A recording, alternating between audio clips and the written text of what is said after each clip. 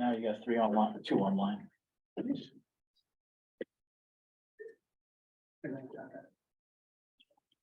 see the weather. Hello. How are you? Very All good. Morning and rain all day. I got clinical. Hmm? I got clinical, it doesn't matter to me. It's probably 20% of orders in each book, because they might get one.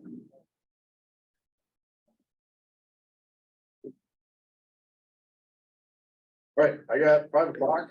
I'm gonna call the 5th meeting, March. It's March, right? Yeah, March 5th meeting, to order.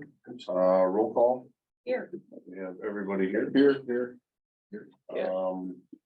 I would like to make a motion to approve the agenda and the minutes from the March 8th meeting. Second, Got a first and a second, any discussion? All opposed, say aye, or, all in Yeah. favor, say aye. Aye. I, Aye, that passes. Public comments. You got any public comments? Matt, you got anything? Eric, I thought that was your all. good, Betsy, you got anything? No. Chairperson comments, I would just like to thank everybody for adjusting my schedule since I'm leaving tomorrow. I know it was kind of last minute, so thank you guys for that. So number 7, discuss the development options in the TIF district and incentive utilizing the TIF funding, approve the village economic development program using TIF funds for 23-24, and to move to FHR for discussion. What you have in your packet and what's on the screen for those online, you got a resident, and is that Chief Drew? Is that Chief? I guess he might be Chief. Is our draft. We talked about this initially last month. You were directing me to put together something as a start point. So I pulled out the language of our TIF amendment to 2018. That's the stuff italicized. That's in there to give you some parameters of the guidance given that we gave ourselves for the utilization of this money.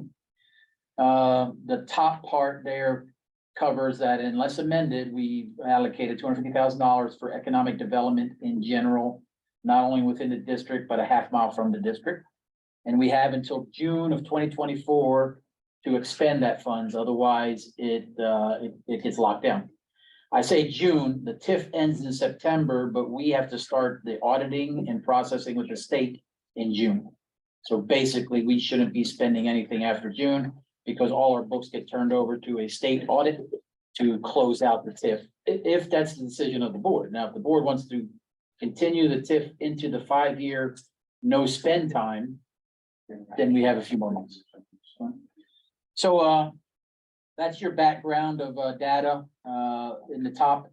And then I highlighted just 4 very generic programs with a ballpark number, a start point number of types of things that we could look at to incentivize not only economic development, but also economic improvement to bring economic development.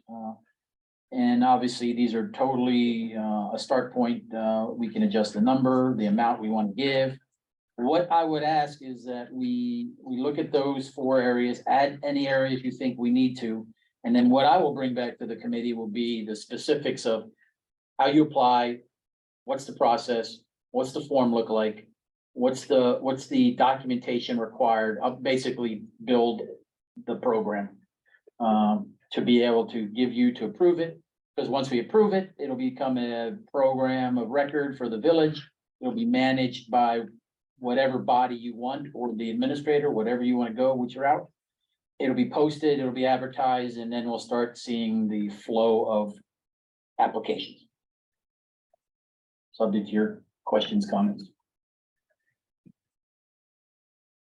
I guess I would like to see it under the administration of the administrator. I don't think we need to stand in the way. That's my opinion. Because things can move fast, and if we have to wait a month to approve it, that's approved. I think it's more of an admin function. So, I don't know how you guys feel about that. We have the paper trail, that's not.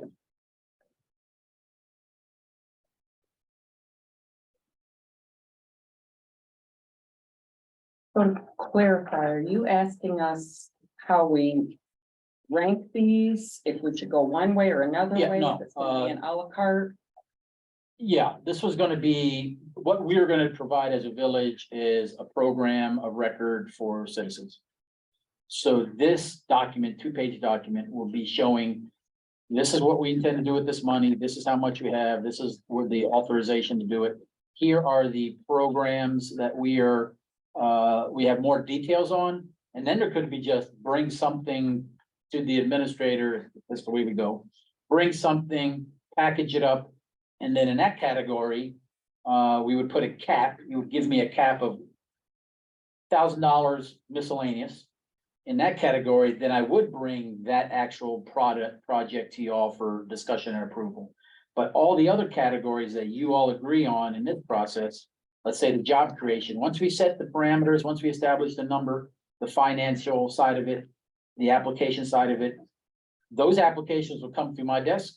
It'll be vetted, it'll be approved, and then on a recurring basis through this committee or FHR, I'll present, hey, this month, we spent $10,000 of economic development. So to your point about record, there is a record. Yeah. There'll be a documented record of products submitted that'll be open for anyone to see. There'll also be the documentation of the expenditures of the village funds, where it went, and if there's any follow through, documentation, if it's part of the plan. Documentation that the business or individual has to provide us to prove that the money went to what they said. So Are we looking at this just to be new businesses coming in or existing businesses or? that's a good point. I would honestly, based on the economic development was something from 10 years ago to incentivize the village. I think everyone's free game. Salon, Port Auto, I think if they fit into a category, I think they should have they were given that opportunity when this thing started.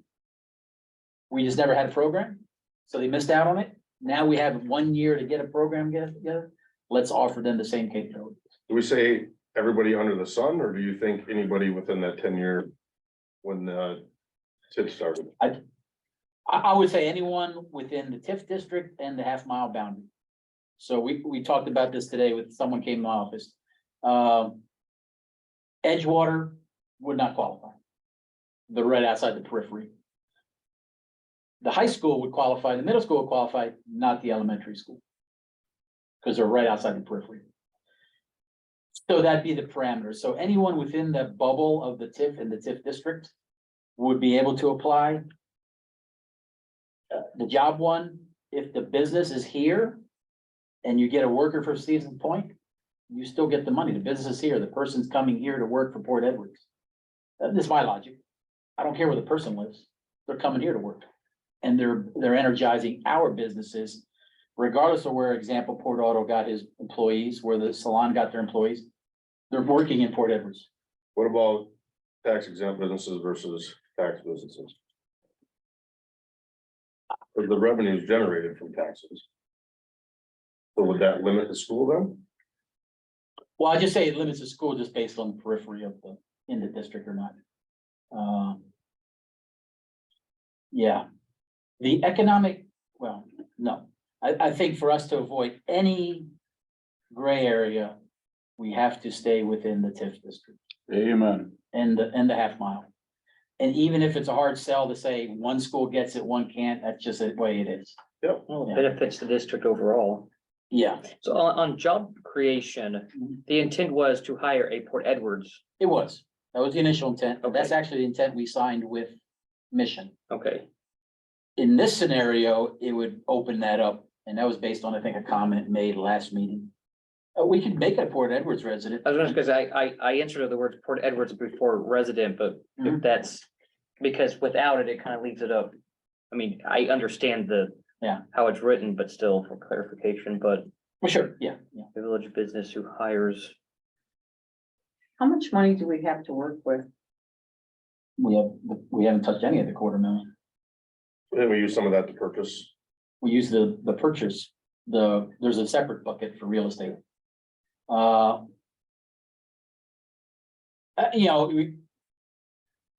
The signs, that's the only thing that came out of this money, these signs. So, and that was only half went from ARPA, half went that. So really, we have 240,000. So what about the upcoming projects that are already planned? That's separate than this bucket. So you have the 10 projects, we've done 7 of those. Actually, we've done them all. We eliminated 3, we've done 7. What are the 3 we eliminated? We eliminated $1 million for the rebuilding of the mill, making it a business park. There's been no plans to provide a business park. No, when I say, I think maybe we're talking about different things, like the repaving, the curb, the sidewalks out here, where's that falling? That's still one of the projects. We do have, we changed the location of the project at the same type of project, like Third Street. So, you're talking Second Street up there. No, I'm talking about. right Well, here Market's in front different. That's a separate project. of- But it still is on, It's in TIF, but it's not part of this bucket. so what about like, I mean, not even Market, but like right in front of this. It's a separate project. Market Is it on the Avenue books? We improvements. talked about that, right? Market Avenue improvements was 150,000. I'll get you the exact. It was a separate standalone project of the list. Not tied to economic development or land purchase. Those are 2 separate. So. And we can limit ourselves on the number. We started with the 250. We reassessed it last summer. We changed some of the parameters as we were allowed to. If we truly see for another year and 3 months, we want to only put 100,000 to this program. That's a decision by this board. We don't have to open it up to the full thing. If you think we want to throw some of that money to a more pertinent project. Yes, So if it would be all right, I'd like to ask Matt a question. Is it all right if I suspend the rules for a No second? problem. Matt being a realtor. What do you see as small businesses? As far as incentives that might make Port attractive to setting roots here? It's a loaded question. Just from past experience or with clients. that Yeah, you- well, and I don't. Right, I mean, I see the facade thing on here. You know, I look at this building and it would be like, man, it'd be sweet if the whole front of this thing looked good. you know? Mhm. But we don't own the village doesn't own the whole thing. we don't. And I don't think we have the authority to put stipulations on current owners on what you have to do. Now, we could maybe throw tip money at them and say, we're gonna give you the money to do it, If we pay for it, we do have the stipulation. right? You know, if it looks fresh and clean and not from whatever era it's from, you know. So I like that looks, you know, I think that would be appealing to people, the facade, the job thing's probably good, you know, it's hard because, you know, me and Boz talked the other day about this, there's nothing drawing people here, right? Mission can come, the cafe can come, we can do, but we either need a lot more housing or we need something big, not like, there has to be something else drawing people here to really. Otherwise, what we're going to get is just probably people who, this real estate's less expensive than going into Rapids. And they're not, their business isn't traffic driven, it's not walk-in driven, right? And so they can buy a building from the village for 30, 40, 50 grand and. Oh, that's cost me 100 grand in Rapids, so I'll go there and do my thing and. It may not bring more people though, right? Because if it's a business that needs the traffic, you know. Yeah, I mean, we talked for quite a while, because this interests me just from a real estate standpoint on what we can do to really, you know. Do you think that we're putting the cart before the horse maybe a little bit? Maybe we need to work on that over there. To possibly, I mean, we don't own it. No, you're right. We do. It's just we're in a position there. We're dealing with an owner that they're getting revenue. They're satisfied with their revenue. And as time comes, they will tackle the mill, the demo, the replacement, the add-on. And I've been very upfront with them. There's TIF money. give me a project. And still to date, 3 years later, no project. It's 10 years later. Yeah, 10 years later, yes. So.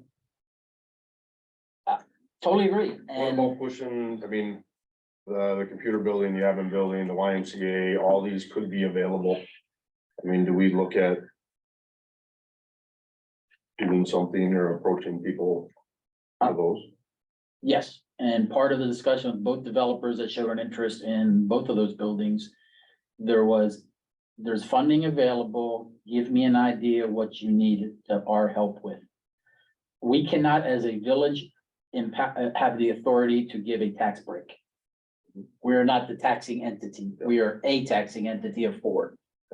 So we can't, like a bigger organization, say, I'll give you no taxes for 5 years. Our workaround, though, is pay your taxes. Sign this developers agreement, and the village will pay you a grant yearly. That basically makes it a wash. That's the workaround when you can't alleviate taxes. They still will pay taxes. Won't impact the other 4 applicants for taxes or entities. But the village contribution for development is we use economic funds to give them a grant, a no-pay grant to help with that. So that's our workaround. Specifically there, the discussion was if the village helps you with asbestos removal, if the village helps you with hooking up to the utilities, water and wastewater on our dime using TIF, would you be interested? Both of those parties were interested. It's just taking time for them to get their engineering plans and their proposal back to us. And I mean, the clock is ticking. We've waited. But they have to be accountable to purchase those from the county. They can, but that could also be the stipulation. Let's eliminate the middleman, the elephant in the room of the county owning those 2 parcels. Let's the village own those 2 parcels. Now we are in the driver's seat to do something with them. I mean, that's an option. I hate it got to that option because of a lack of them, but that's what it is. And then we are directly involved is, hey, we own this property, just like we did on 7th Street up here, 6th Street, I should say. We own this land, develop it, and because we're gonna get revenue from you, we're gonna give it to you for $1, something like that. We're not in the driver's seat here, county's in the driver's seat. So on that note, right, my fear with the 2 office buildings that are there is anybody converting those into anything to try to attract, we have that nasty looking mill behind us. That according to Boz, DMI is not willing to part with at this point. No, it's on its own parcel. It's separate from the rail yard. I mean, I'd be, I mean, I don't know. I mean, I'm, you know, I don't know what your communication with Bob, but man, I'd be trying to figure out how the frick can we get that section out of their hands? Because I feel a developer may be more after me. If you look at the water frontage, there is a crap ton of water. If you wrap it around all the way back to the frontage road, like, good God, somebody could develop that. Well, that was DMI's plan how many years ago? Yeah.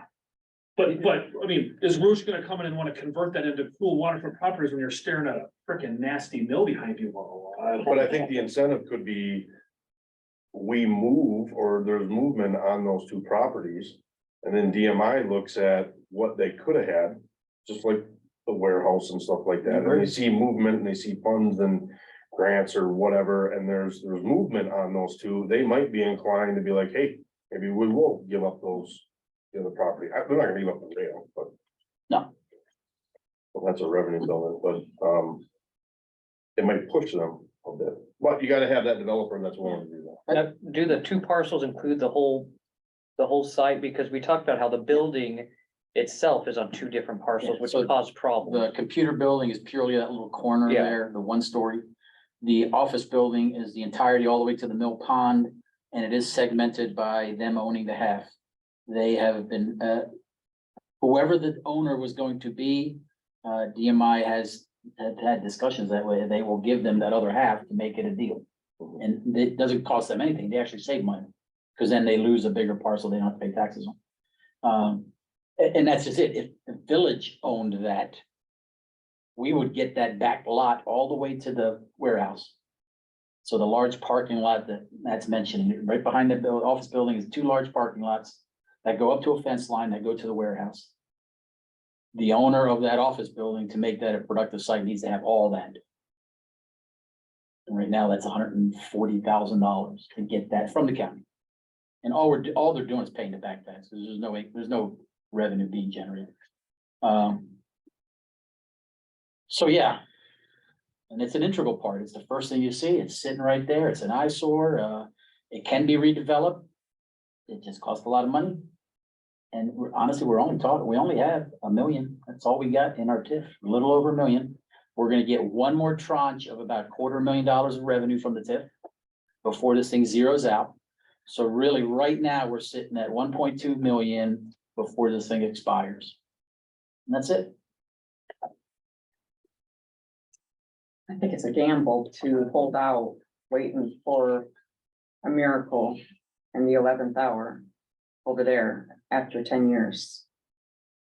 I would rather see our downtown area, the facade, the front of this building, and doing things that even making whatever would go on back there at some point more appealing to beautify this area. Boz, you're saying it, even if, let's say we found a developer next month and he's working. Help us with the timeline and the check has to be cut, they have to be allocated by June 24, like what's that timeline? Like, I mean, that developer isn't gonna be ready by then. Well, no, we would have to allocate and we have to spend it down before the closure. So it would have to be not only identified, but physically spent. Now, does that, to your point, we do a development agreement with whoever, X company, the village gives them a large portion of TIF with a legal document that says you will do this timeline. So we spent our thing. We've gotten out, we haven't lost out. And now we have a legal document that says they will do this, this, and this. Something we didn't have with DMR. We didn't have a document that had teeth in it. We had a development agreement. Ain't no damn teeth in it. That's why it's like it is right now. But we would need a developer with a plan. Mhm. You know, we're talking design and he knows what he's doing. Yeah. In 12, 14 Yeah, months. right. Yeah. Which is, in my opinion. Yeah. Ain't happening, that's slim to not happening at this point. It's just not enough time. When you talk to Mill, there are areas that we as a village could take on to help with the environment. And we have the funds. We got $500,000 for Riverwalk. Totally separate to what goes on over there. We can do that. We can use some of our TIF money and redo the road, Wisconsin River Drive, take it all the way to filtration. Fix it.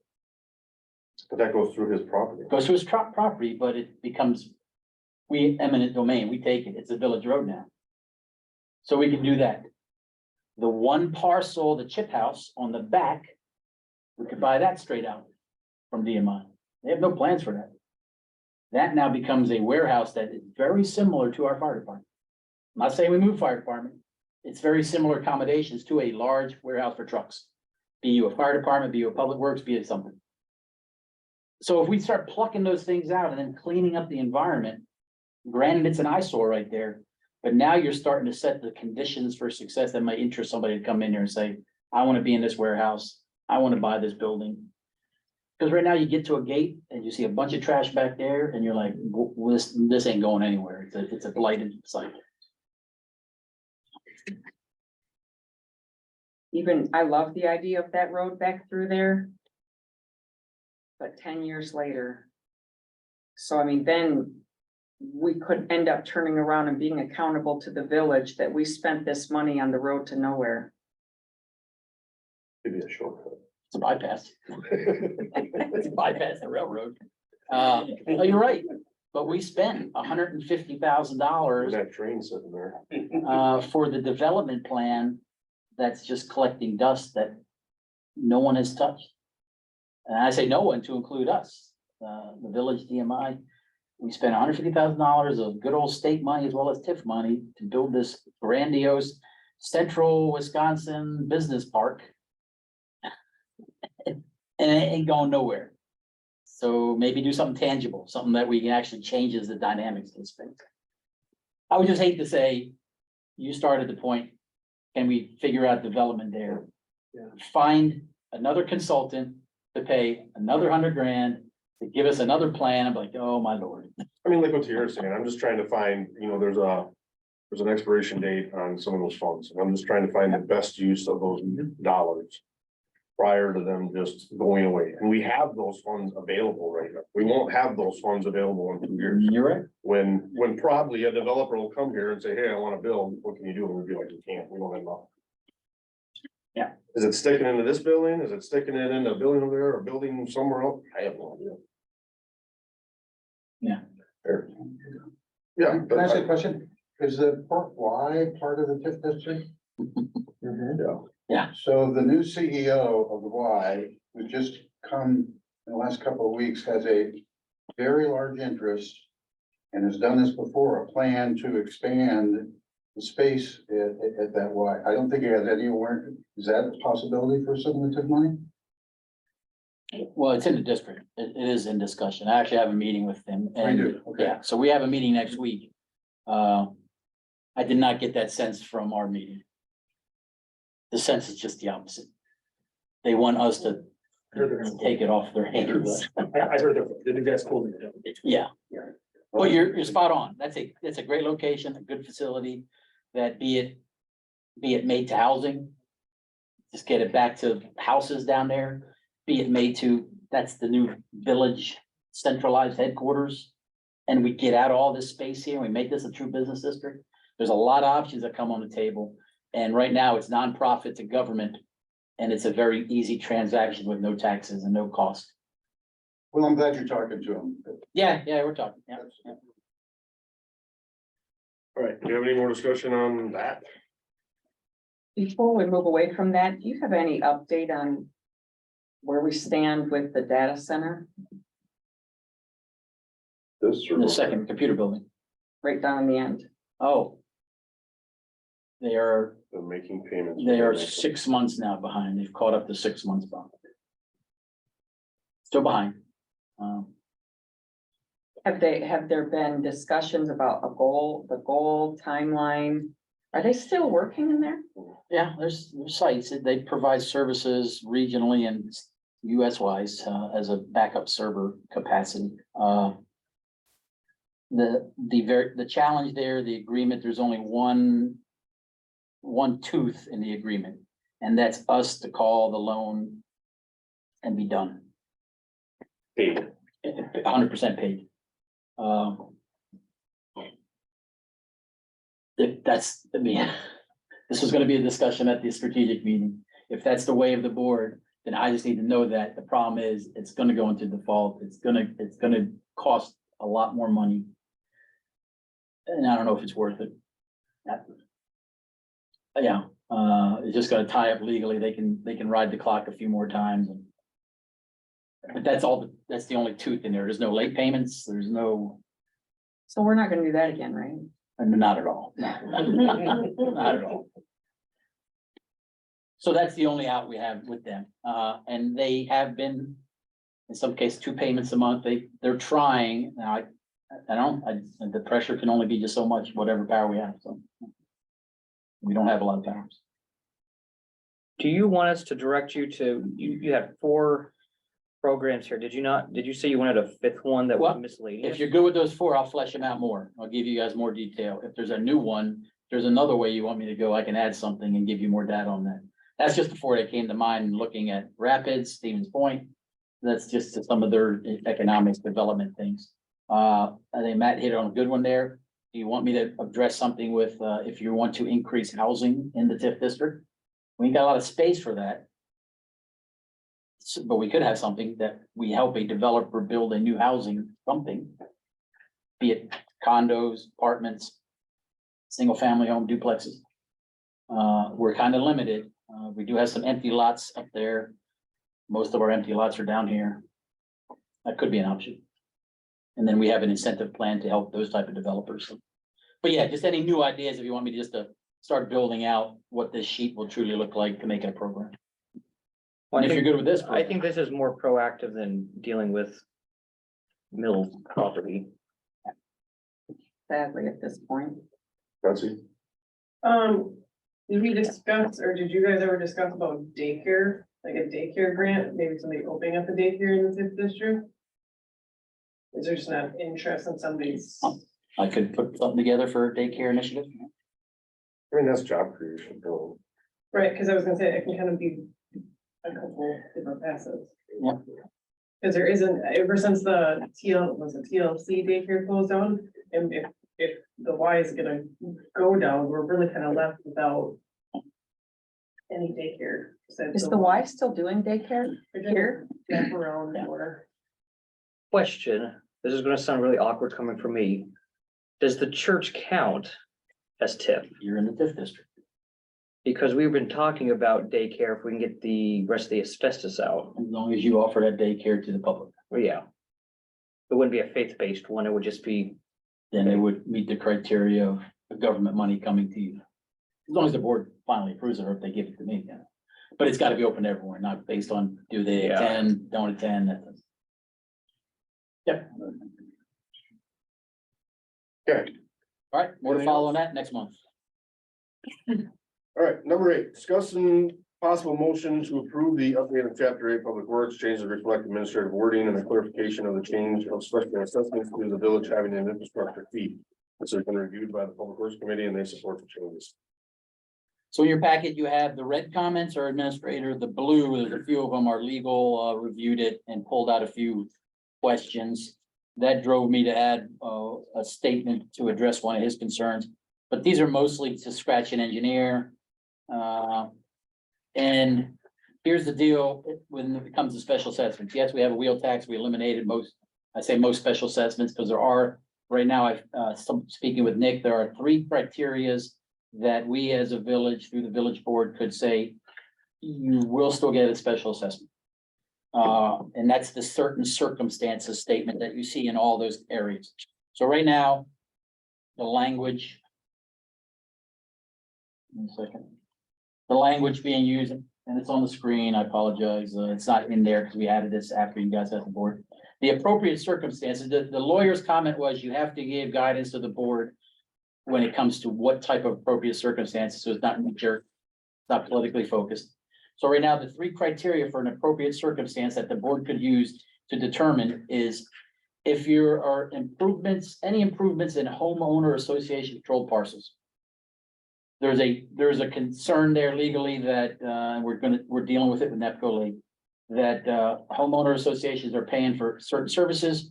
If we as a village or they want to add a street, a road or whatnot, there may be a matching of funds, a percentage. Any new construction or major renovation, expanding the size or use of a parcel by a developer or home builder. This is basically all the land we have out west of the railroad tracks. Some developer wants to put in a subdivision. They don't get free roads put in by the village. That's agreed to. We work out a payment that they would do X, Y, and Z and get road network. And then the last one is, any improvements that are outside the current village infrastructure footprint, the water, the sewer, the stormwater, network. So right now our network covers everything in the village on this side of the railroad tracks. It covers everything out to Port Road for the most part, close to Port Road. It stops at Verbunker, it stops at the Lee Tender over here. Where was it? I wrote it exactly how to say it. So- Let so and verb. If a parcel that is outside of our existing network asks to be part of the network and say, please hook me up, then we as a village could say, we can hook you up. There's an assessment, here's the cost. So if we ran sewer and water down Port Road, There would be assessments for all those folks. Yeah. Now the discussion of what amount, what percentage breakdown, totally up to myself and the board to figure that out. It wouldn't be 100%, or it could be 100%. It could be 50-50, it could be 75-25, whatever. But that shows you the 3 areas that, for the most part, we're replacing a road, a sidewalk or whatnot. It's just an action conducted by me and Ben. We sign off on it, the village pays for it, we move forward because of the wheel tax. In these 3 circumstances, I would bring that information to you saying, these are not exempt, I need a determination by the village. You may just say pay for it, move on. That's your prerogative. that's, those 3 are the. Yeah. Where it always says except in special circumstances. Yes, yeah. Okay, so that was added after you guys looked at it, and I think that was it. That was the only language. We are gonna produce or get a village map of some capacity put together. We do not have one, an official village map. That's that very first statement at the very top. We have a combination of, infrastructure maps and so on. To get a true village map, it's a process you have to get with an engineering firm. They do a big survey of your village. They lay out all the roads, the terrain features, all the infrastructure, all the future roads. And then now you have a start point of an official village map. Didn't we have that over there in the boardroom hanging on the wall? No, and this is what you need to make sure Yeah. you're, if I understand Boz correctly this afternoon, that you're in line with state statute. Yeah. So now you are legal, so to speak. We have a lot of components of a village map. But per the state statute, they give you a checklist and it's basically a process through an engineering firm. $10,000-$20,000. It's not a critical thing that we have to have because we have enough that protects the village between that map, county maps, that type of stuff. Our infrastructure maps, we just don't have it all in one spot. Boz, if I may, Mhm. Mr. Chairman, would you explain the county mapping that it's gonna be almost as good as having an official map? Yeah, so one of the criteria is you have to name all your roads, you have to name all your alleys, not name, you have to identify them. You have to have all your parcels, you have to have your infrastructure. So what the GIS guys for the county is gonna do for us at no charge, part of their services, is basically take that map of our village, blow it up bigger, and get that fidelity of information in there to the best of their ability. That'll get us halfway to an official map. Then come budget time, I'll be coming to you all saying, I need X amount of money to finish this, because it's a necessary state What needs to requirement. be added? The level of detail of the terrain, all the infrastructure needs to be overlaid on there. They don't have that data. We have it. They can't merge it digitally. I guess they could, but then it becomes a project. And then you add your future or potential road networks, which we approved. So we have where we want to go in the future. But again, we have it in different buckets. We got to put it all together. So, that's just the first comment that he had at the top there. So we're working on one.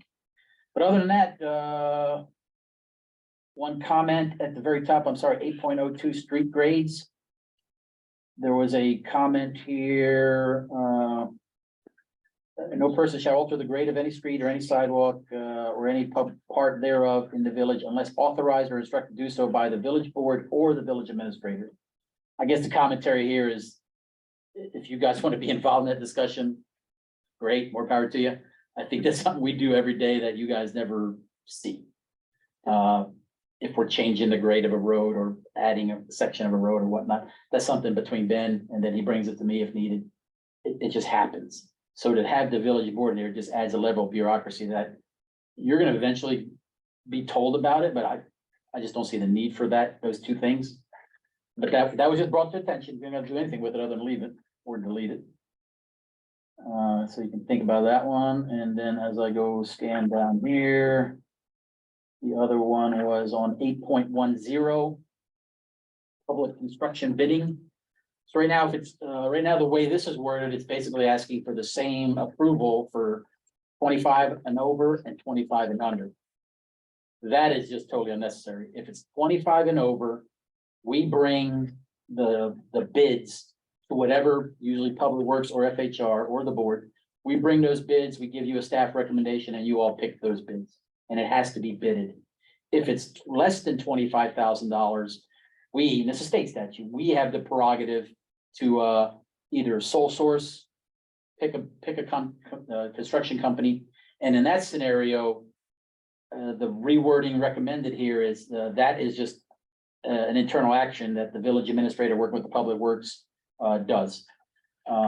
It doesn't come up and get an approval by the village board.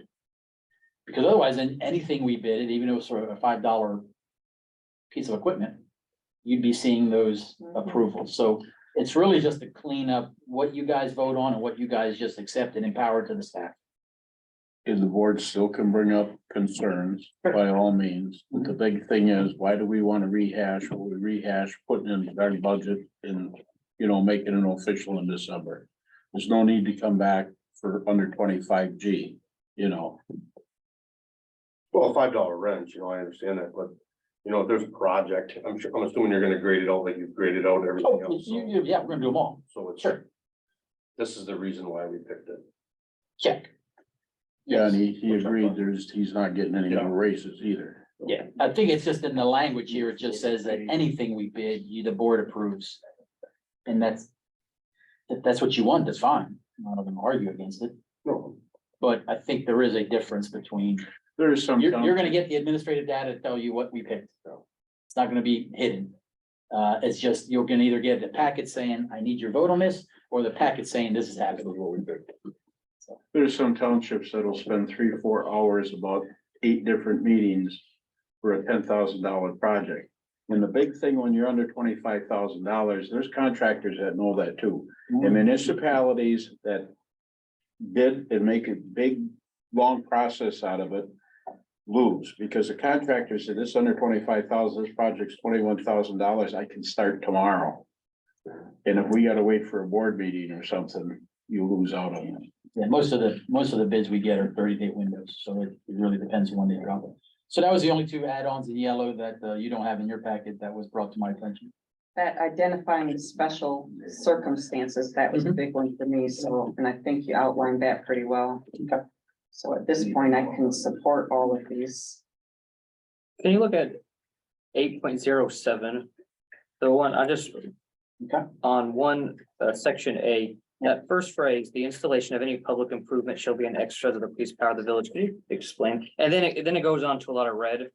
Could you explain that, like, Well, that's the public, way I define public the police power. improvement as defined in this section? Yeah, so, public improvement is connecting from sidewalks to curbs, any infrastructure or building project. And the police power is straight from the language of the state statute.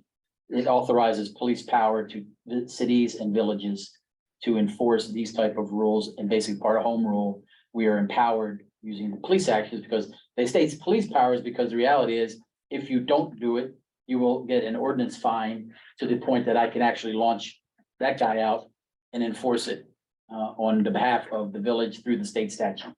So that's where the police Okay. power is not that we're arresting you for not doing it. We're just having the police be the enforcer Of the, okay. of the rules and ordinances. the only concern I have about going back to that 8.1, the $25,000. Yeah. I don't know if some wordage could be added to that. Something to the effect of. So we had a project at my place of employment, and they bid out some technology stuff. Mhm. But the technology company was related to the board president at the time. So kind of like he buttered his biscuits a little bit. So that $25,000, which isn't a lot when it comes to an overall project, but Mhm. some kind of wording. Not that it's gonna affect you or Ben or Yep. whatever, but you might have somebody sitting here that might have a brother-in-law or some relation or a friend that does a certain business, and they can come in at $20,000 and we're giving them Sure. the right. So in this chapter, by state law, we are only required to ask for bids over 25,000 for public construction. There is no requirement for other than that. If I hired a lawyer for $50,000, that's a professional service, we could do that sole source. Yeah. So if you want to go down that road, which I don't have a problem, it makes total sense. We would have to create a bidding ordinance in another chapter, or general government chapter, chapter 2.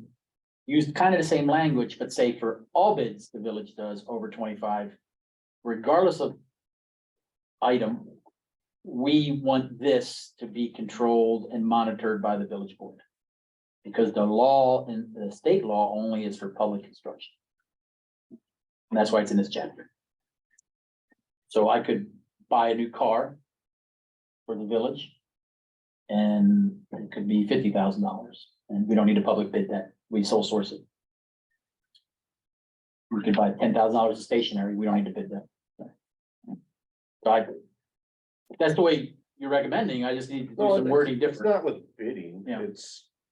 I'm fine with the bidding. It's just the under $25,000, you could continue. Case in point, we had somebody that sat in your seat at one Mhm. time, and he didn't bid. He Yep. just gave a certain company first rights on everything. Okay, Um. Because of Okay. friendships or whatever. so it's more the amount spent.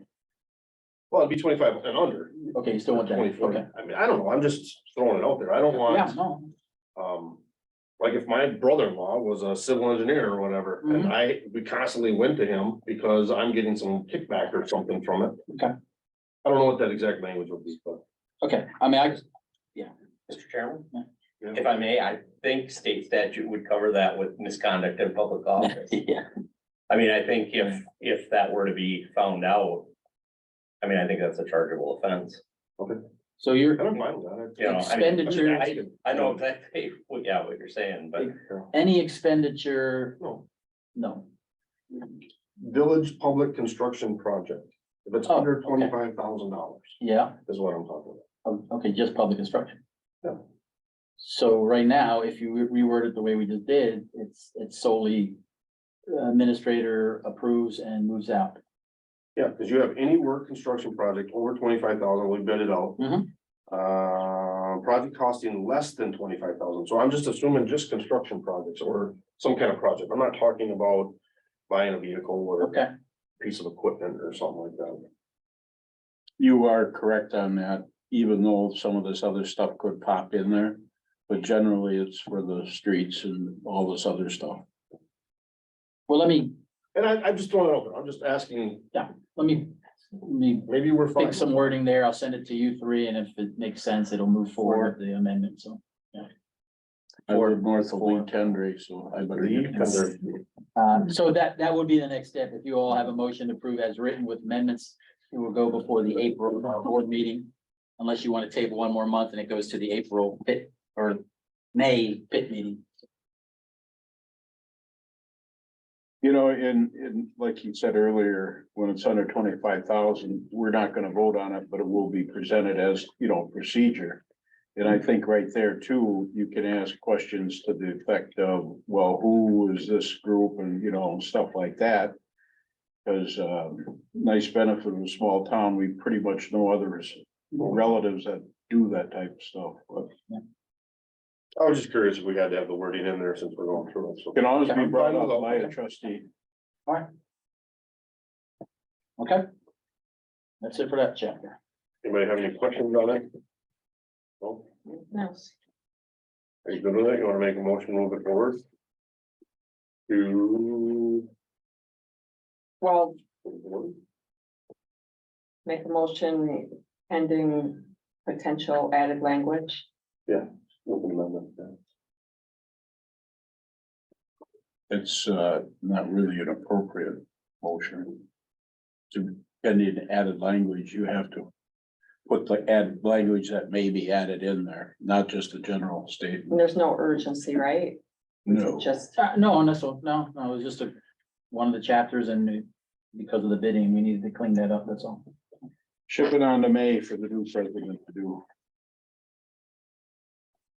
I right, guess we- Betsy? We should always, give it to the board to have them look at it. And Yeah, the board doesn't have to approve it, the board can table it, no. But instead of a motion coming from us and then a motion on the board saying this is what's gonna be final, give them a chance to kick the bucket. Okay, so we won't have a motion coming out of them. Number 9, discuss chapter 4, the police, and the chapter 5, fire for any adjustments. You have your two chapters in there. One was updated December 1st at the board meeting, the other was updated just in February, I believe. I look on there. So I left the red because these were the last updates, but if you look. If you go to the website, I left the red there now, it would all be zinked out black because we've updated it. But based on the chairman wanting to review these, they're back on the radar to be looked at again. So with that, I know the last time that we talked about chapter 4 and 5 was the add the PFC language and to kind of go through that piece. Specifically, when we talked about the chapter 5 with the fire department, it was brought up by Boz about the 5.13, number 2, the fundraising. And if we should leave it in there or get it out, or take it out. Are we gonna do chapter 4 first?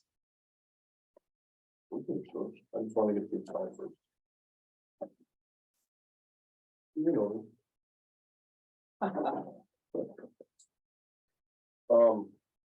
So we'll do the fire first. So 5-132 with the fundraising, the members may raise funds for special activities. Money raised by the members shall be kept in special fund and used as directed by the membership, that shall be audited. I would like to take that piece right out of it. Talking to, I have not physically talked to, but the treasurer for the fire department has talked to the village accountant, Troutman, and the tax person that set up the LLC. They said there's no reason to do an audit. So I guess I would just open that for discussion. Who is the president And then of the athletic association? But I don't have nothing to do with funds. I'm just in charge of Christmas party and stuff like that. So it's the treasurer that maintains all those funds. And it's all voted by the membership. I think it's an ethical conflict. And I think you should have disclosed that before we even opened these conversations at all, because that's like school board forgetting to mention that, you know, they're also, you know, it's a conflict. I have nothing to do with those funds. But if you're the president of the organization, Ultimately, it's the chief and the treasurer that handle those funds. Everything that is spent or everything that is brought in is majority membership approved. I believe it's a conflict. I'm wondering what anybody else might think, and I honestly think that's concerning. You know, it's one thing that we've discussed the fire department, but when we stalled action last month, and if you're the president of the organization, that potentially could be statutorily a pretty big ethical violation. So I don't know if we table this, or what should we do, or if, I don't know how we should proceed. Okay, what do you think? Well, as a 501(k)(3), a church, C3, sorry, C3, a church is is classified as a public. And if anyone come off the street and ask for our finances, we'd have to disclose it. Even as a church, we'd have to do that. And I think, and as I would assume that is what we're talking about is also classified as public. We've had the same questions and we went back to the people that created it and the village accountant, and they said there's no reason for us to open the books. But you know that if it's public, we can also, I'm just saying. but if it's public, we can find it. It would be listed publicly. So, I mean, that's not a question if it is or isn't, it is listed. Go to a website, I don't know which one you'd have to go to, but it would be listed. Because in fact, churches are listed as well as public. So that shouldn't be a question of if it is or isn't, but it is. But the point of question, if we could back up, the conversation of if Eric's an officer on the athletic association and the chair of this committee and pushing this conversation regarding let's eliminate the audit on the very organization that I'm the president of, I think that's really problematic. I don't think we should continue this conversation in that aspect. Thank you, Mr. Chairman. I guess, unless I was sleeping during the meeting, don't remember us getting the opinion of our tax folks on this matter. And B, getting the opinion of the village attorney on this matter. Have we gotten either one, or have you gotten any privately dealing with them? So from the auditor, it's, he doesn't think it's necessary for his organization based on the level of books kept, that they take that on unless directed. John said, want me to do it, I can do an audit. He's recommending, since he looked at the books a few years ago and he's aware of what they did then, and Yeah, I remember that. he's like, it would just cost more than it's worth. That's kind of what he told me. So, See, therein. not we need- necessary. We need the legal be, yeah, Yeah. exactly. He doesn't think it's necessary. Yeah. I would like to hear from somebody that can say, I don't, I know it's either not necessary instead of I don't think it's necessary. The See where I'm closest thing coming legally is exactly what trustee McGregor mentioned from Nick was, it's open record, it's public knowledge, it should be disclosed. That's Nick. from? So that means, Well, the problem me and Nick have with it is actually how it's worded rather than elimination. It says will be audited by the village auditor. So that's where Troutman has an issue with it and Nick has an issue with it, that you're not doing that. So you're in violation of your own ordinance. So if you're going to clean it up, not arguing if necessary or not, it's the language that's in there. Is it an actual audit done by the auditor? Or is it just a financial review? Is it just something submitted to the village for review based on the knowledge of the village staff? That's where Troutman comes from. And Nick says, then change your language and you'll be good. But he's not saying change it because of did he, need or not need. did he offer you any, substitute language?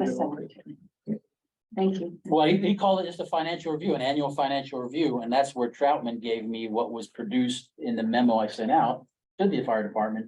That answered all of Troutman's recommended asks. And that answered Nick saying you change it from auditor to a village financial review annually. It's done by the Clean it up. clerk? Well, part of the clerk, yeah, it's submitted to the village and then I sit down with the finance clerk treasurer. And if I need to reach out to outside counsel of our banking folks. Yeah, they but can look at it, that brings up another thing. The clerk's duties by statute are pretty set. Mhm. No one can really tell her one way or the other. That's another thing I'm getting at. But if there's a situation, I can see you being with her, but it wouldn't really be your call if she directed you to do something else under her official capacity as a clerk. Oh, sure, no, you're right, it's not she's keeping the books. She's reviewing what's submitted, see if it makes Correct. sense as the treasurer, You yes, bet. yeah, no. So that's where Troutman and Nick came from on that language. I'm just curious, because this, we've had, I don't even know when this stood up 20 years ago. And I'm just curious, it seems like every couple of years, people try to have the fire department look at the books. And I haven't been involved in any of that. I was just a little peon. This started with Dell and when he was a treasurer. And for whatever reason, whatever happened and whatever was said, the books were never opened. And this ordinance has been on there forever. So I guess I'd be curious what was said, who said what, and what happened to keep the books closed. My question. That's a good question. Well, I would agree with your language. Again, maybe this is sort of comparing apples and oranges, but like. Even as a public organization, as a church, we don't audit every year. And I don't think they need to audit. But the financial review, we have to. I mean, that's through our conference, but. I mean, I would support the language, the change in that language as well. To reflect that. I think the whole 5.13 needs an overhaul because it says 5.13 paren 1 activities or organization. It doesn't say anything in here relating it to it being a public charity. Members of the department may organize an activities organization and elect officers provide that social activities are not funded from the village funds unless approved by the village board. So that kind of looks at it more of a like Christmas party, that kind of fun. So this whole 5.13, and 1, 2, and 3, it doesn't really adequately describe anything that's going on.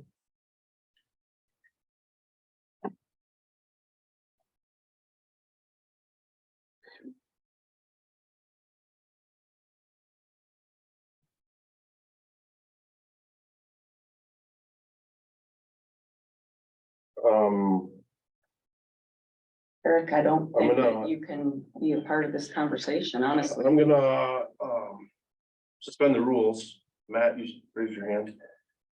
Yes, I guess, I mean, somebody over here mentioned something about just public, you know, so this, I'm, you know, I'm not really aware. I don't know the whole backstory on this. But the little that I know, and correct me if I'm wrong on this, so like this fundraisers that the fire department does, like the street dance is probably the big one, right? I'm sure there's other stuff that happens. So as a citizen, right, my view coming into this, before hearing this and before knowing this, it's a volunteer fire department. And so if I go support the street dance, I'm helping support my local fire department, right? And so reading and knowing now that, right, the village does support the fire department, right, with funds every year.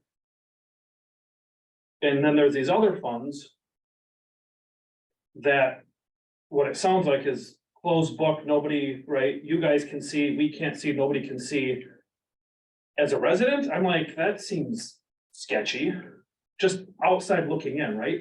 From the point of, right, if we're all working together collaboratively, then I'd want to know like, oh, every year the fire dance raised us 50 grand. Last year we got 100 grand. So guess what, Boz? We are gonna save the village 50 grand next year because we don't need that much money because look what we did. Or, right, like, to me that the outsider view, I would say they have to work in conjunction because it's volunteer. And I get it, but it's to me, what would the public perception be? My public perception coming in was that I go to the fire dance to help represent my local fire department because they're volunteer. And that money's, in my mind, that's just one big, like, that's everybody, that's all helping everything, right?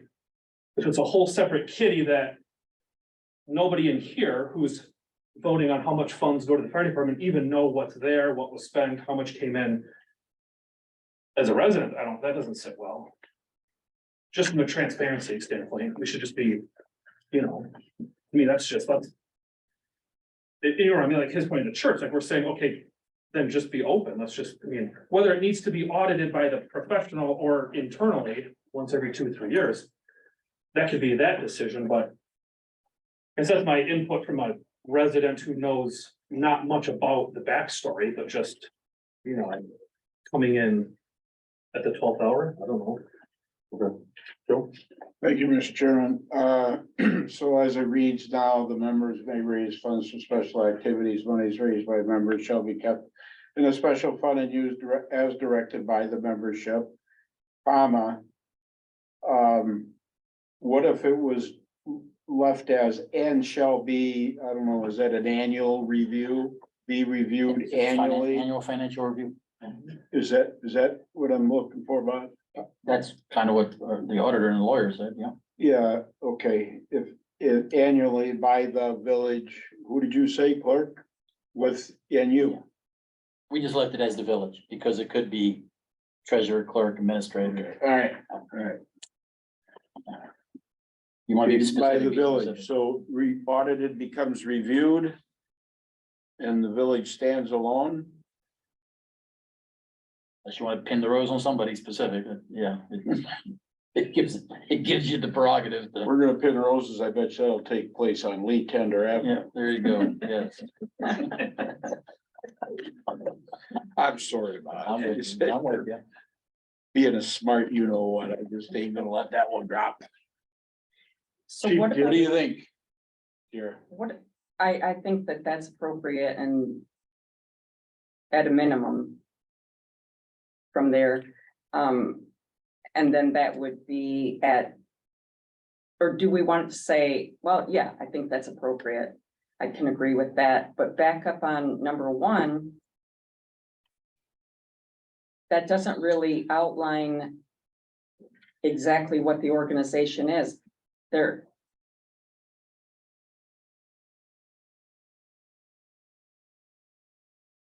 It doesn't align with being a public charity.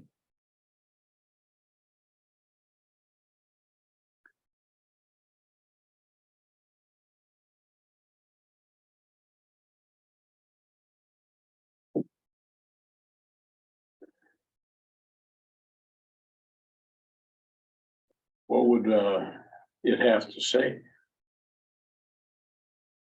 Are you saying this isn't, or they're not? What This our definition. ordinance. 1, 2, and 3, well. 2 maybe we fixed, but 1 and 3 still. Don't completely outline the circumstances, the way that the village has been practicing them, so. We either gotta change our ordinance or make it reflect what it is, or vice versa. If we're gonna have, if they're gonna operate under a nonprofit, a public charity, then it needs to reflect that, number one, the village is aware and Call it what it is. It's what legal definition is. Members of the fire department may organize a charitable 501c3, elect their officers and provide and use those funds for social activities. Don't get too far into it. Just call it what it is, because they file the right documents. They file them annually. No issue there. We don't really clarify. You're right. What type of organization this is. This could be just a club. yeah, But But it is a 501c3. club wouldn't be necessarily a 501c3. You're right. So public charity is not gonna be a social activities. Yep. So we just gotta make it all aligned so that it actually represents the goings on for anybody that would look at it.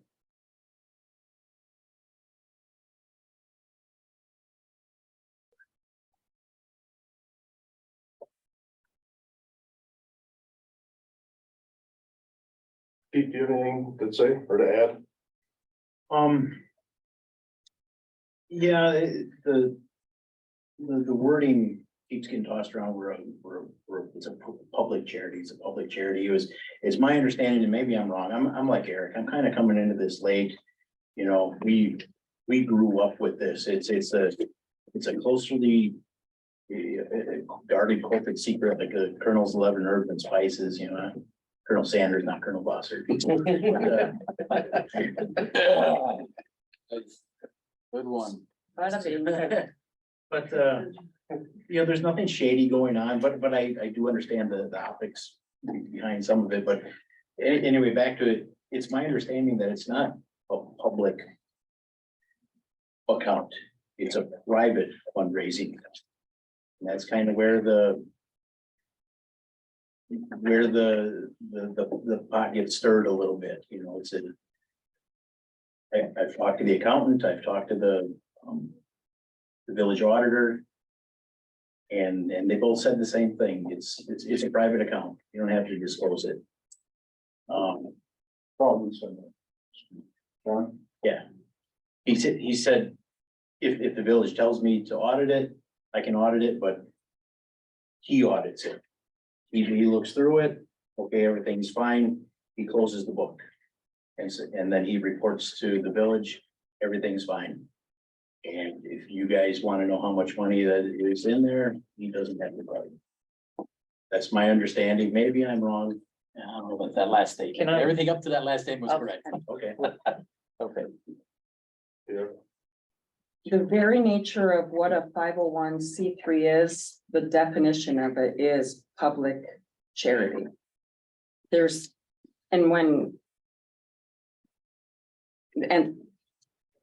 You know, when I'm looking through the notes of the board meeting, it's a privately held account. Nothing about a 501c3 and if you even go to irs.gov, there's lots of resources about what they are, and that's actually part of what concerns me is I completely, I relate to what you're saying about where you guys came up in this.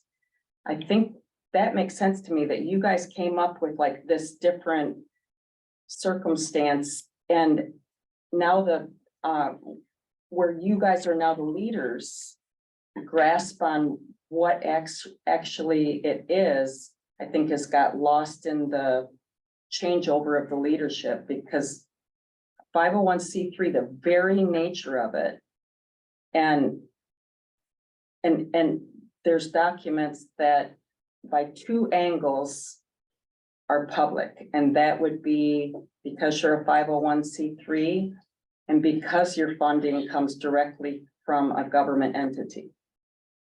Like without the village, you wouldn't be fundraising, you wouldn't have the building, like insurance, liability insurance, all of those things that are funded by the village. So it's two-pronged, because you're a 501(c)(3), that's public, and because you're funded by the village. So it's like a double layer of reasons for the legal ability for that information is public. Well, you're right, I don't know, I don't even wanna know this stuff, but it takes away from what I wanna focus on it, on the fire department. But we pay an accountant, and she knows. And she advised me, I could get colorful with the language, but she laid it out in black and white, that it's a private account, you don't have to disclose anything, you're legal, don't worry about it. I think maybe Caleb got something pulled up on that. Think, let's see.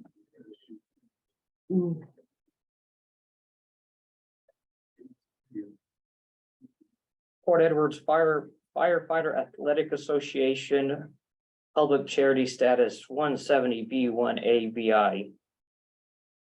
Stamped March 9th, 2017. I know that's not an original date, but that is the document I see in front of me, but a quick search online, the second option of public charities in the Port Edwards area is, but the third is, well, just, United Methodist Church. no. Anyway, When I pulled it up, it was there. it changed on me, but it was listed there, so it's not a matter of if, but that's what the status is. I mean, Public. yeah, but then again, you have the organization, then you have the fund, if it's however it's wherever it's at, but I can't speak to that.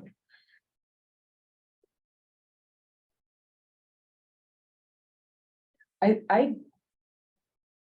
think at a minimum, one of the places to start, there is training about the operating guidelines of a 501c3.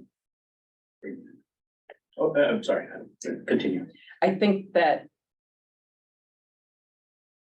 if you guys are gonna operate under that, you have to have the understanding of that operation. And again, I see what you're saying. I understand your angle where you've come up in it and now you're in the leadership role and you haven't necessarily seen the behind the scenes. But when you're the president, when you're the chief, not knowing is not really a viable option. We don't need to know because we pay somebody to do it. Just like my taxes, when I go to somebody to get my taxes done. They do my taxes, I'm assuming they know what they're doing, I'm paying them to do it, and then they're accountable if I pay for them. So it's just like this, we go to the accountant has said, you guys are good, you don't have to do anything, that's the advice that we've taken. We're also the third person in line, I mean, if we wanted, we could get the accountant to come here. Pay for her time and she could tell us exactly what it is, because I don't know. I believe you. But people that when you operate a nonprofit, your accountant's not in the everyday business. I don't know if it is a nonprofit or if it's a It is. 503, I mean, It's a it could be an 501c3. LLC, it could be however it was set up. it's been protected in the past, so what, like I said before, what I would like to know is how it was protected in the past. Because the same people are still involved in it. You're right, me and Jason grew up in that, but the people that were above us, the people that created it, the people that manage it, and the people that have audited are all still here, and we're getting the same information from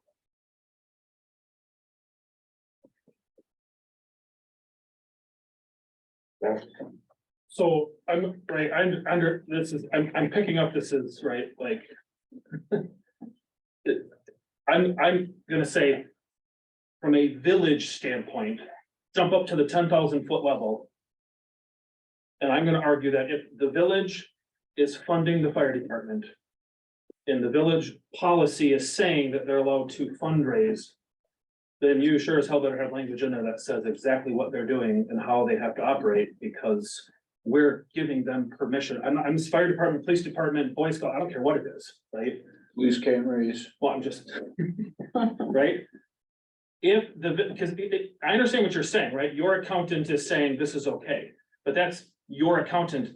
The village at some point could be, my concern would be the village could be extremely liable at some point if something is not right versus some accountant that your 501(c)(3) is paying to do the books, right? So from a village risk management level, I feel like that would have to be like, okay, what? If we're gonna let them fundraise, if they're gonna fundraise, I think you have to be a 501(c)(3). Can you fundraise as an LLC? Maybe, I don't know, maybe you can. When you're fundraising, you can do that as a business. The police can, no, the police can't. I can't trust them with money. Anybody can fundraise. I It doesn't understand make it, them a right. nonprofit public Public charity. perception to me right now is. My number one question is gonna be why aren't we opening the books? What's the concern, right? If we're transparent and this is. Why are we trying so hard to not open the books? I don't think anybody's saying we wanna dictate what you spend. For my stance, I'm trying to protect it because that's what it's always been. But that doesn't mean it's right.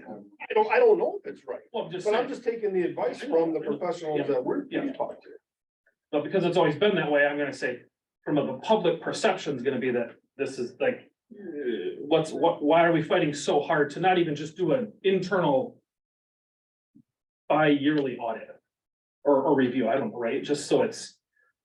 And, I would argue that the village would kind of have to have, it should have a policy in place that says. You need to be a 501(c)(3), you need to file your paperwork correctly, like, because we are connected to you and we are paying, right? You're doing this under. The umbrella of the Fire Department, But maybe not, maybe the attorney would, I just feel like there's some legal kickback that could come back to the village here. Because of the connection. That's it. I think, I agree with what he has said, there's gotta be some transparency in this, and then I think there's also confusion, because like what Matt said is. He's thinking he's going down there donating to the street dance because to make you guys operate. When the village has been paying your operations, your pay, your trucks, all that kind of stuff. So there needs to be some clarity on. What that money is being spent on, because as somebody who likes to go to those things, I wanna know what I'm donating my money to. If I think that I'm donating money to make you guys be able to go out and help people, by all means, here is my money. But if it's because of something else, I should be able to know that. And I think there needs to be clarification with you guys and with the ordinance. What this is it a LLC, is it a 501(c)(3)? It should be a 501(c)(3), which would make it public.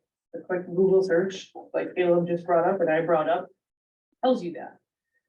And then there should also be, this is not to make you guys function.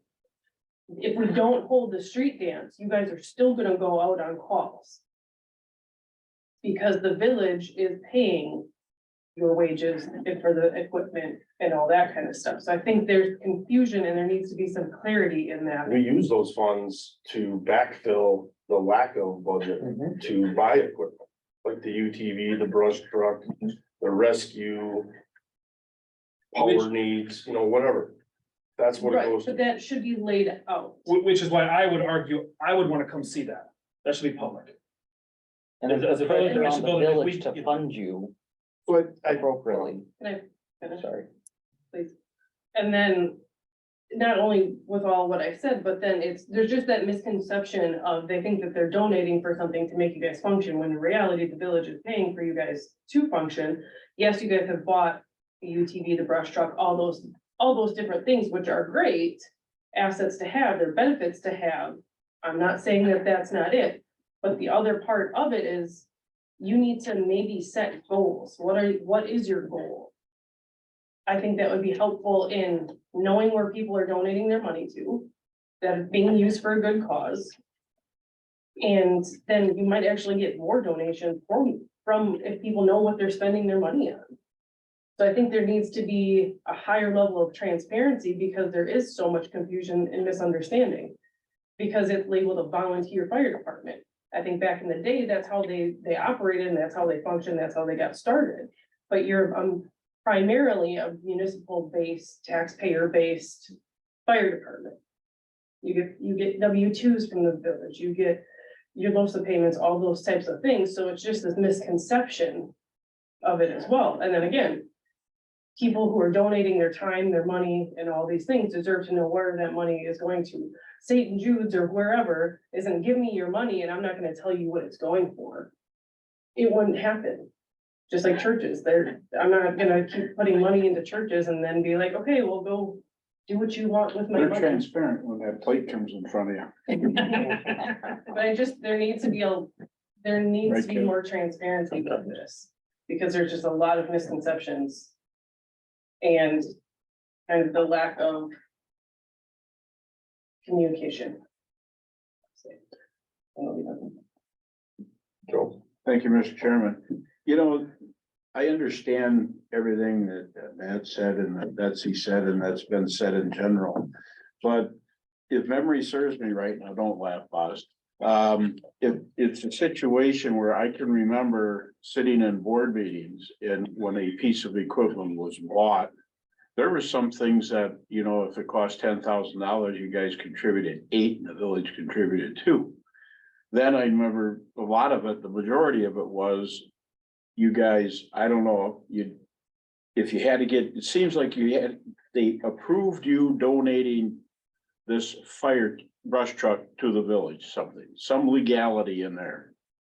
But it was, you know, so anytime that there was a purchase, I can never remember not knowing about it through the actions at a board. Now, I'd have to go way back in minutes to prove that. But not unless just because I was a village employee, so I knew that stuff, but I don't know. This is really the rock and the hard spot, you know, and I can't disagree with, I mean, when you start talking your ABC 23 and stuff like, I mean, I don't have a clue, and that's not really good for me not to have a clue. That's my fault. But you try and put everything that's been said in. I think personally, not As the speaking president For or the anybody. chairman? as a member of the fire department, I think the easiest way would be to just suspend fundraising. We don't have to fundraise. We don't have to sell brats. We don't have to have a fireman's dance, and then we can just close the account and then we're good to go. We're gonna have to just ask for more funds on the budget end to support some of that other stuff. 'Cause it's not when you sign the papers and you go through training, we don't go to Midstate for fundraising 101. We go for tactics and fire school and stuff.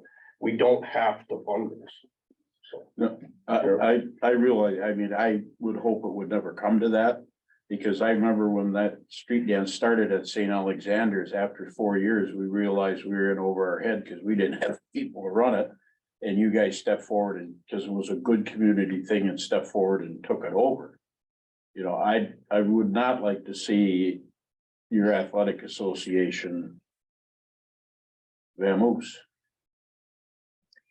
So if you disband according to 501(c), then your monies will have to be turned over to a 501(c)(3). And then, but the way the ordinance reads, disbanding would mean it would have to go through a majority vote of its members. All apparatus, equipment, buildings, and land shall come to be the property of the village. Which, although the village is not a 501c3, that is one of the entities that it, so, All the equipment that we purchase anyways belongs to the village. but I don't think that anybody's suggesting that that happen either, but I think we just have to make sure that it's done in a way that accomplishes the mission of being transparent and doesn't, because, I mean, that is under the umbrella of the village. We're 100% funding the operation of the athletic association, and I don't think anybody has any thoughts of not supporting that. But in doing that, we have to do it transparently, and because we are 100% funding. And when I talked to Nick about it, he had different opinions than your accountant or attorney. I Also, don't think anybody's, I mean, we're not complaining about fundraising, if everybody would just write us a check, we don't have to fundraise. Putting on that dance takes a lot of time and going to all the businesses and setting it up and doing it. I take a week off just from vacation to do that. I don't have to do that. I do that because I'm a member of the fire department. well, and that's your organization. It's a public charitable organization. It's a volunteer. That's that kind of mentality. That's what people do. That's what we all do with our places that we do the extra for. I mean, it's the love of the mission. I would also say that the village is gonna. I would believe that any fire department would have a long list of a wish list, things that it would be nice to have. And I bet there's gonna be a lot of things that the village would probably not say yes to, even when we fund it. So I think it's good to continue to fundraise for such a wish list, because I think there are a lot of things, and I know that equipment like that is very expensive. And if you dropped that and had the village, 100% of what the village is gonna do is not going to cover all the things that, and we talked about the last meeting about the new device throwing into a room, like, we're not gonna pay for that. But hey, it'd be nice. I mean, that was free to the department, but imagine, like, we'd like to have one of these, so you're gonna fundraise for it. So I think it'd be better off with such a fundraising fund.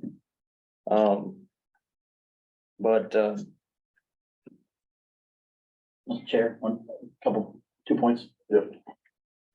I think we're all kind of tap dancing around the problem, but the fact is, no one in this room right now, be you a staff member, a president, a trustee, a fire department chief, no one can clearly articulate the commingling of funds right now between the village and this organization. And that's a problem. Okay. The village funds 100% of the fire department, $110,000 a year. The village has $2.5 million of equipment bought over the years, sitting over there. The village gives full services of a building, power, electric, and everything that is utilized at no cost to the fire department. So I can very clearly articulate to a gnat's ass to the penny of all those expenditures for the fire department. What I am not able to do, have not been able to do, is be able to say, and oh, by the way, this is what that entity has done for the fire department, for the fire dance, for that. And that's an onus we have as stewards of not only taxpayer money, but donated money. So that's kind of where this is bubbled up. And that's a concern. Secondly, fundraising. The village still accepts charitable contributions for our police, for our veterans memorial, or just the village in general, our flags all on Memorial Drive. We accept charitable donations. There is nothing saying that moving forward, if ceasing of operations happens, that we could advocate to our residents, hell, help us support the firemen's dance to keep it going. Please drop off your donations to the village. Now it's above board. It's accounted for by the treasurer. It's right there and it's used for the purpose of the donation. You give me $100, just like with the veterans funds. You give me $100 for the veterans funds. Diane's calculating that and it's being spent at the Veterans Memorial for a flag, for concrete or something. So I think that the continuation of charitable donations does not stop. It just goes into a different type of format. There is nothing stopping the Wisconsin Rapids full-time fire department by sitting on a corner and hanging out a fireman's boot to collect money and to donate that money to a project or another nonprofit as a government entity. That could continue here as the village. Nothing stopping you to do that. So I think there's a lot of goodness to just clear the air and bring it all above board. It also takes a lot of frustration and pain off the fire department membership, that's something they just don't need to worry about. We force it by the whole power of the village supporting that entity and moving that issue forward. We as a village, more than likely, will not totally fund a fireman's dance as taxpayer money. But we damn sure can support a fireman's dance, advocate for a fireman's dance, and collect the funds for a fireman's dance by charitable contributions, because that's a community event. So I think we can just do that, and it eliminates all this nonsense, because we're talking here about one specific verbiage. It's a bigger discussion. It's a bigger issue. And let's just clear the air, and we're not pointing fingers, let's clear the air, let's get it above board, let's identify what it is, what we want it to be, and the accountability of that entity, whatever it may be, moving forward, because you hit on it. This has been going on for that language is from the original 2001 is when this ordinance was actually written and first approved. That language has been in there from the get-go. So it's not been protected, been avoided. And for what reasons, I don't know. I don't know. Multiple boards from 2000 to 2023 have looked at that language, multiple administrators, chiefs. Next. So let's either clean the language up, let's clearly identify it, let's eliminate it, and let's eliminate what the problem is, not just that language. And then we move all forward. What do you suggest we do tonight and do it in 10 minutes, because I have a worship service at 7. Chairman's asking to move forward with a language adjustment. I don't think. I think it's a bigger discussion. It needs to be tabled, and we got an interesting thing. It's just, we need a holistic fire department discussion. Everything from pay, benefits, equipment, everything, and it's all encompassing, and it moves everything forward under either a new president, a new board, a new pit committee, and so on. That would be my staff recommendation. So what does that have to do? Okay, so if we table that, I'm fine with tabling that, Mhm. but what does that have to do with deadlines for the proposed audit right now? That's due tomorrow. Because that language was kept and wasn't even touched for the multiple reviews we did on this chapter until more emphasis tonight. The simple one pager, which was directly lifted from our auditors' recommended bullets to cover everyone. It's not an intrusive listing. It lists a couple things of, this is the income you guys got. This is what you spend it on by some categories. It's not asking for your entire, listing of expenditures. But it's as simple as that. So I have no problem that what was asked of the chief and to the fire department is something that's unachievable or inappropriate or intrusive. It's a simple task that I would ask of any of my departments if I'm saying I need more fidelity on this. Right now, I go to one lady over there and she can give me the to the penny estimate on every department. Except that one. And that's where we That's have why an I've issue, asked. because we pay for that service and they're telling us not to. So. But having this discussion on this issue with you at the table is a state statute ethics violation. That our work was put off last month.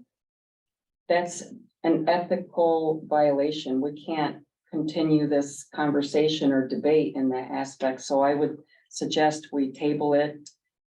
And on that emotional note, maybe even adjourn and Love a few things, Jason. Boz, if I may, with the deadline, can we get an extension on that? Just because I would like to run this through an athletic association meeting. Get the whole membership's input on this, vote on it. I know it's a one-page quick fix.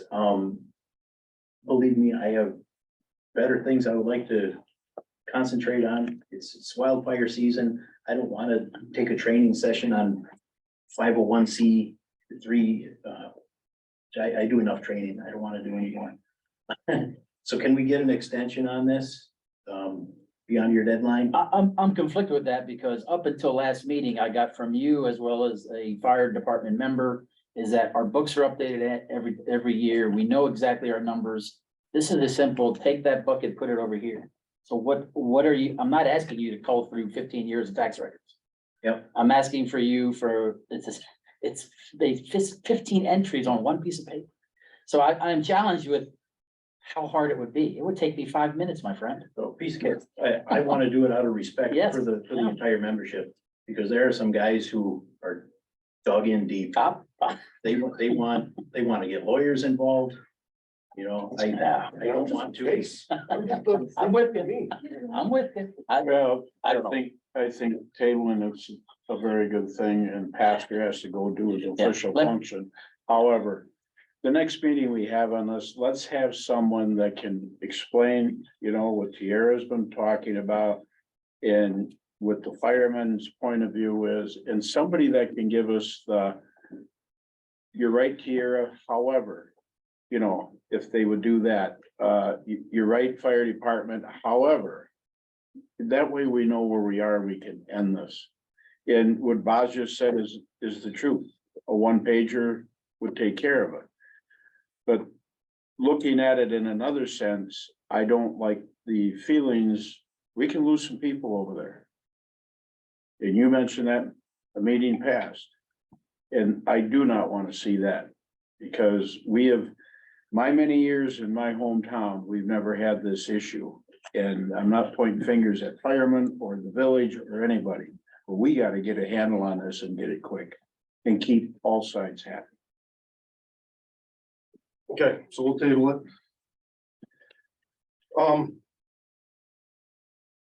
And table chapter 5, or Chief, do you have anything about chapter 5? Four, we're gonna table 4. Well, Caleb's gotta go now. We've been, Well. We just talked about 4 being policed. Yeah, that's what I meant. Yeah. 4. Yeah, I got nothing. Okay. So the other thing that I wanted to bring up was the village task organizational chart. In there. Did we talk, was it ever presented on its own? Or was it just part of the budget that was passed? we voted on that separately. It was separate. It was summer, well, it was right there, November 2021. I could pull up the minutes of whatever meeting, be it, it was a board meeting. I could pull up the minutes from that board meeting and get the vote of the approval of those two documents. Okay. Yep. Cause the only. I just have a hard time with the fire chief and the police chief being under the village administrator. I think the fire chief, the police chief and the village administrator should be on the same line. The village administrator taking care of. The stuff under him, that allows the police chief to take care of his issues and the fire chief to take care of his issues.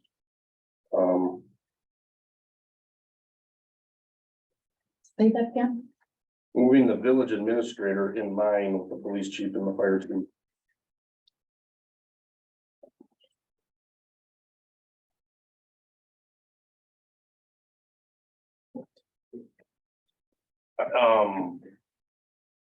Joe, when you were the police chief. Joe was not over top of you, right? Budgetarily, yes. Budgetarily, I presented my budget and if he did make any cuts or offered some additions. It went to the board then, in other words, the chief, if he would have cut, I could go, he did one time and I went to the board with it and it was reinstated. The reason it took me a long time to get used to this, and you can ask my buddy here. to get used to that also. But that has absolutely nothing by statute to do with operations. Sure. What you guys do, I mean, if he tried to hop on the back of a truck, and said, well, we're gonna fight this fire this way, he's totally out of it. You're right, But Chuck. with the budget, and it even breaks it down, I thought it was just, okay, now it's approved, bye-bye. And that's not true, because he does have the authority, like if budgets are really getting tight, he could, once again, you could talk to the board, but suspend the purchase and stuff like this, because in the end, as Diane's the record keeper, he is the money man for all departments in the village. So having said that, now I see the sense of why it is where it is. Boz? Am I This is the correct? PA audit Yeah. that I fell in on, so this is from 2019. The village had this, if they enforce it or not, can't speak to that. But even in this previous task organization, it's exactly the same way that the administrator reports to the board. And, you have your police chief was out there to the left, your fire chief out there to the right. And they all come up through committees and they go to the board. So that's what we fell in on. Okay? And the budgetarily, the president is exactly right. Those departments would have to do all their products. Be it a request for ordering, whatever, they would have to do all their products, have a discussion with the board, and then it would come back to the administrator if tasked by the board to execute. That was found in this this discussion, previous discussions with the previous chief, this Scott Drew chief. That not only created stovepipes, was an inefficient process. Just adds a level of bureaucracy.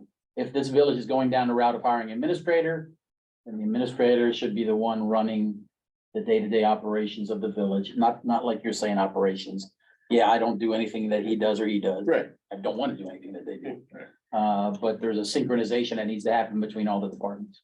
So if we took that product from PAA, the PAA recommended the change, and that's what we went to in 2021. Well, and with that, Yeah. without it being that way, it pulls the board into operations. And back into that, Finance. No one can touch operations but the chief. well, yes, On the street operations. yes. But like the day-to-day, the board doesn't need to be answering to all of the day-to-day development.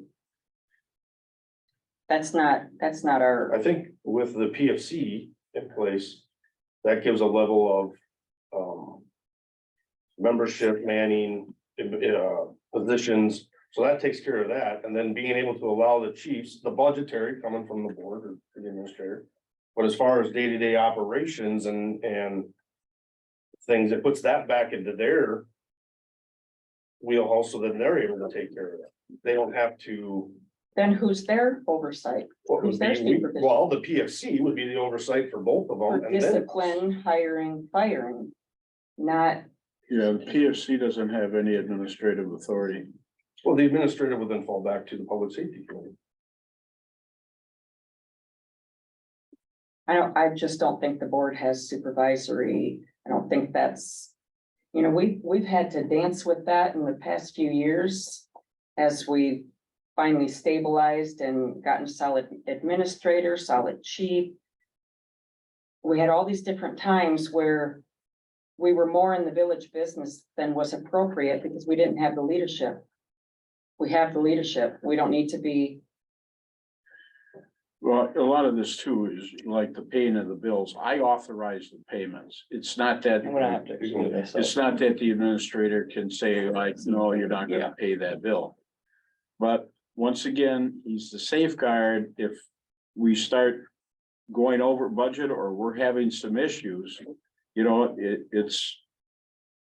He's the coordinator, basically. I get that, and I'm not, this is no offense to Bob's, this is giving him more and more powers, which we had given the keys of the kingdom to a previous administrator, and then we had to finagle and figure things out. By keeping things in their department, it kind of, if Boz says, you know what, I'm done next year, whatever, then we're back in the same spot, because now everybody is under that umbrella and they have to figure out on their own. Where now, if we just kind of keep it in that. If Boz were to leave, we're still able to, I hear you, but I can't speak for fire, but for police department. If Boz, no offense, Boz, but if he went to his dream job down in Miami Beach that he always threatens me with. You know, it's, Scott knows what to do budget wise because they work together. You know, the budget actually always starts with him. Not him. He puts it all together. yeah. Yeah, no, if he left tomorrow, it's just, it goes on till we get the next person in. That's it. My only concern with it defaulting back to public safety, if that is how it goes, if it's not a PFC issue, that's a once a month meeting. What if something happens 2 days after the meeting? What, we have to wait 28 more days now until the meeting? So I feel like that's a lack of efficiency. If you have somebody who's able to be that conduit in between. If it's a more of a day-to-day thing, obviously, we as a village board don't have any business getting into the day-to-day stuff. So that's my concern with that, is you take that, okay, well, something big happened 2 days later, now we have to sit and wait for. I would call it a special meeting. And you are right, and Boz will have to make that determination, because if it starts getting into expenditures, then he's gotta have the committee would be, and then refer it to the board. Or could go straight to the board. But we do have chain of command set in place right now inside of both organizations. So that takes all the power away from anybody in that chain of command, because you have an administrator that's gonna be the final say.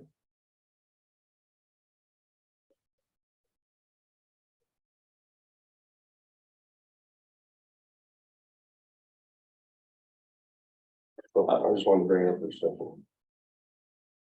I respectfully disagree.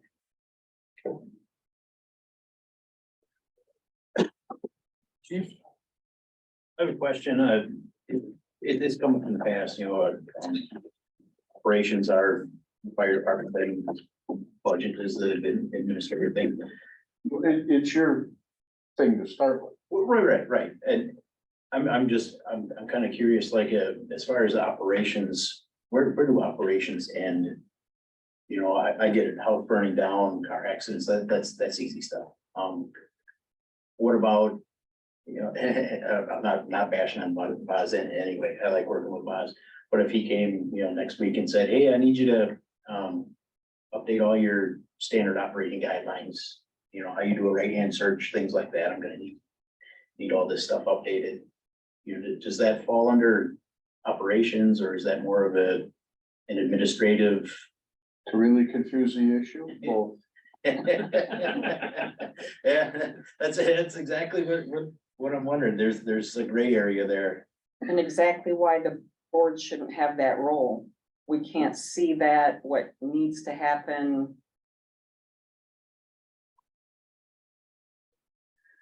Yeah, it's just, the policies. I mean, this is general government 101, because you have the person that's not in control and the guru on everything, but is the one that coordinates stuff, and you guys are responsible for writing your policy. He will review it because he's the one that's gotta make, to the board is what I'm trying to say, if there's any drastic changes that has, kind of like what we're doing today, in these different policies. If there's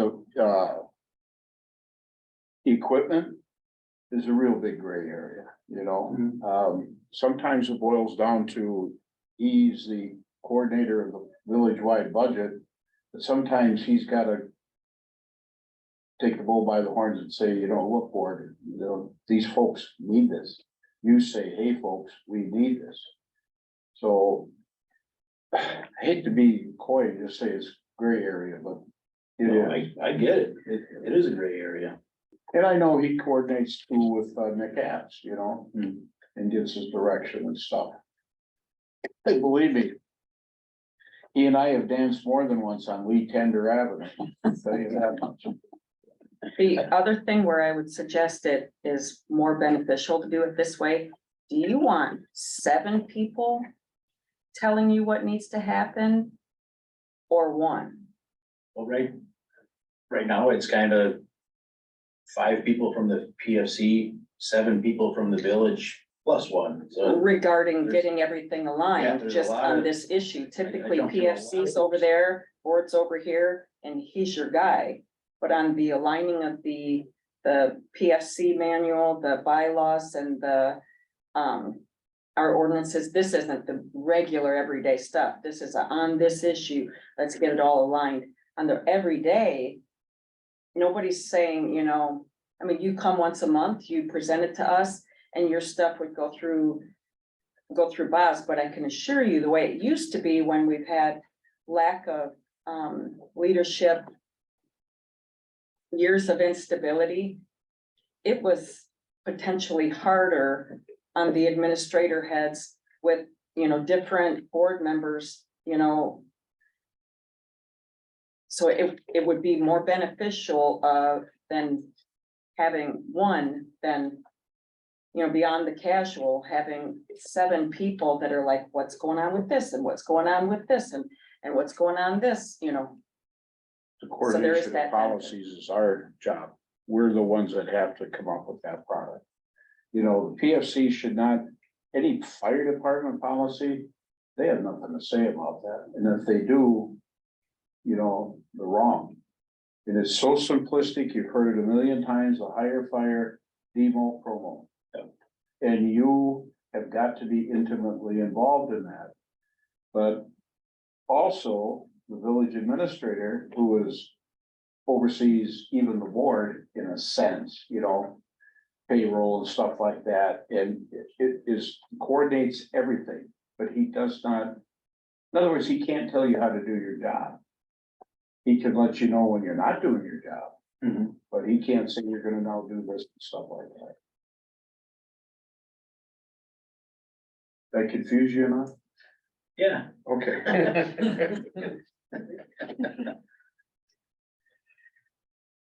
Any other discussion on that? No? Good. Any old business? Nothing. New business? Nope, Any correspondence received? no. And future agenda items? I don't know if you want to set those till the new committee is appointed, Oh, yeah, and same with the date to be. same with the day, yeah. All right, does anybody have anything else? All right, I will adjourn the meeting at 6:52. I still remember that sweet 9 minute.